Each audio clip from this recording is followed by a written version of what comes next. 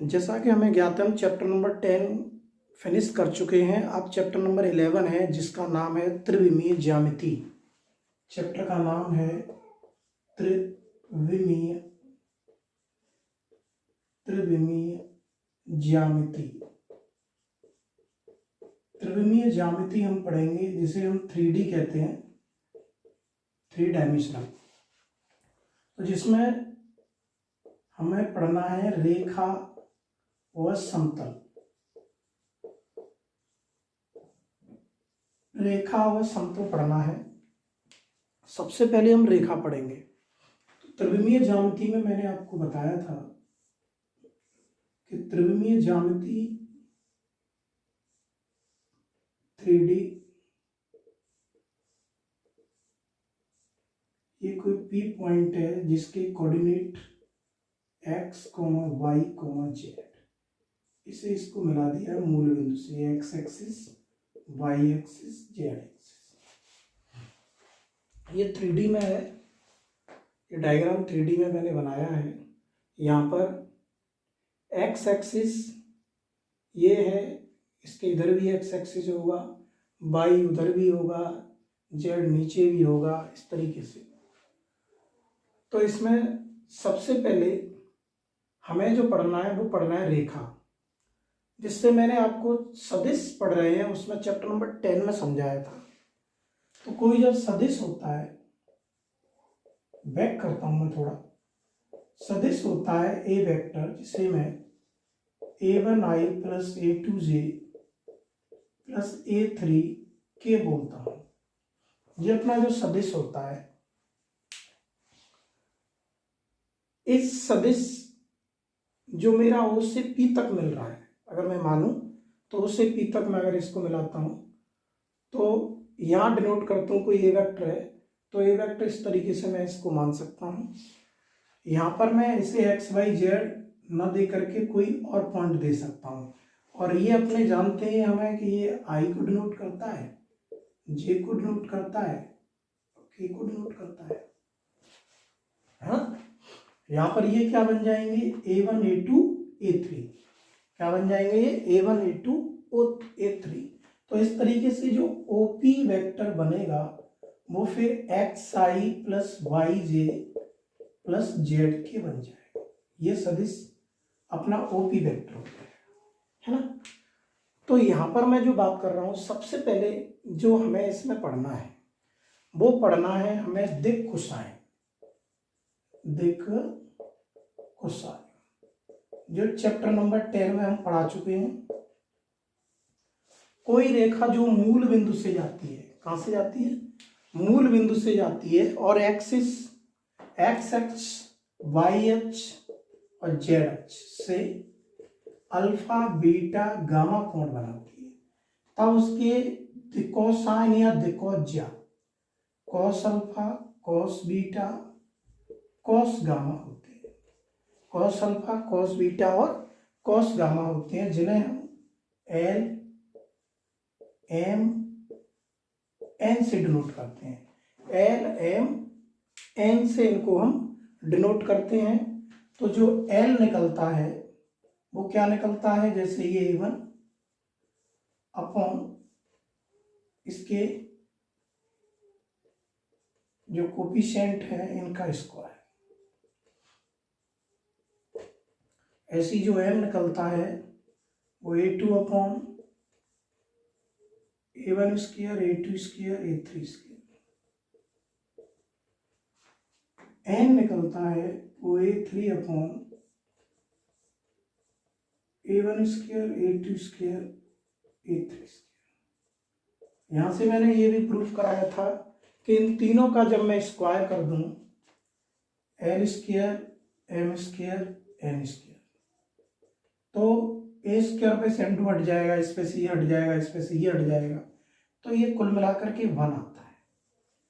तो यहां से अपना जो रिजल्ट बनता है वो बनता है cos square alpha, cos square beta, cos square gamma equal to.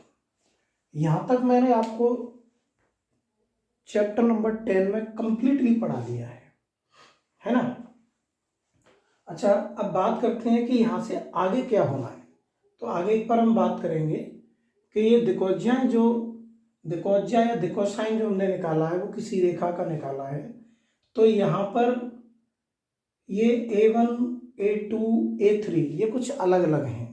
तो यहीं से मैं एक चीज बनाऊंगा आपके लिए।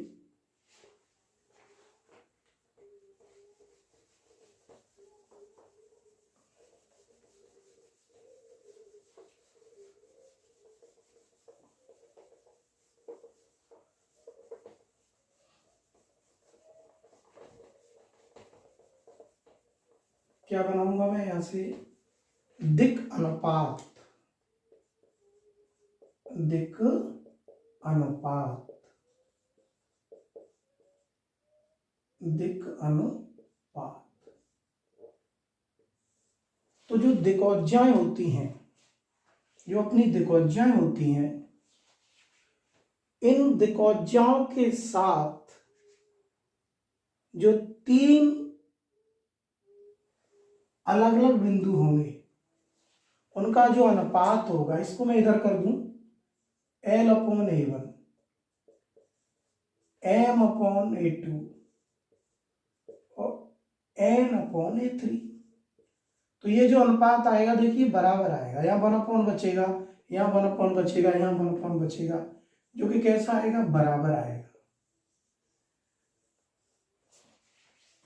तो दिक अनुपात क्या बनता है? दिक अनुपात बनता है दिकोज्याओं के साथ जो अनुपात बनता है, वह बिंदु जो दिकोज्याओं के साथ समान अनुपात बनाते हैं वो कहलाती है आपका दिक अनुपात।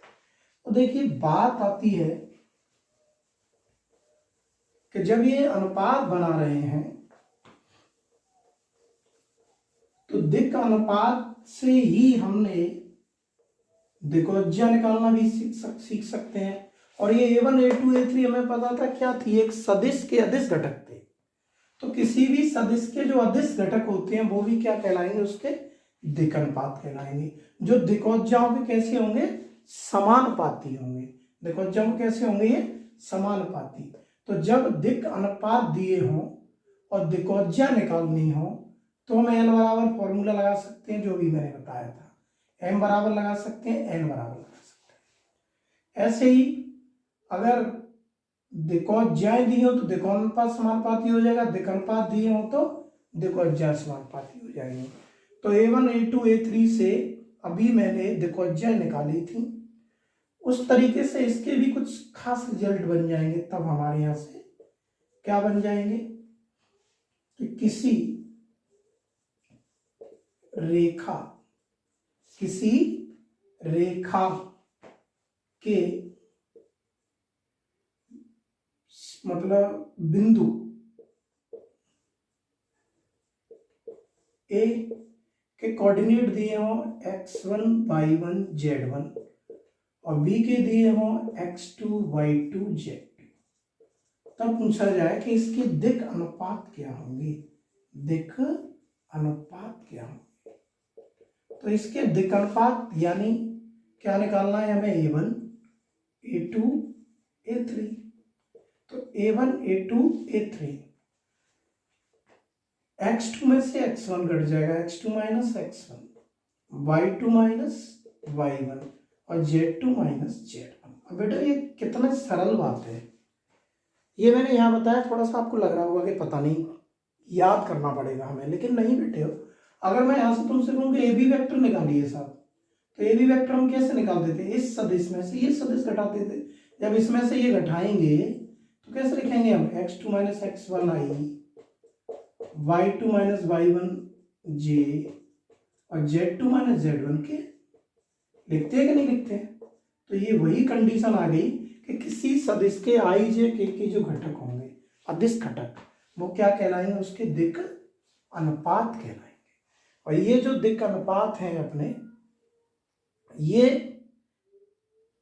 किससे निकले हैं? उनके शीर्षों से निकले। इसी रेखा के प्रथम और अंतिम जो बिंदु हैं इनसे निकाले हैं। तो इससे सदिश ये बन गया। सदिश पूछते हैं तो ये बन गया, और सदिश से भी सदिश का अदिश घटक क्या कहलाते हैं? उसके दिक अनुपात कहलाते हैं। तो यहां तक बात समझ गए होंगे। अब आगे चलते हैं।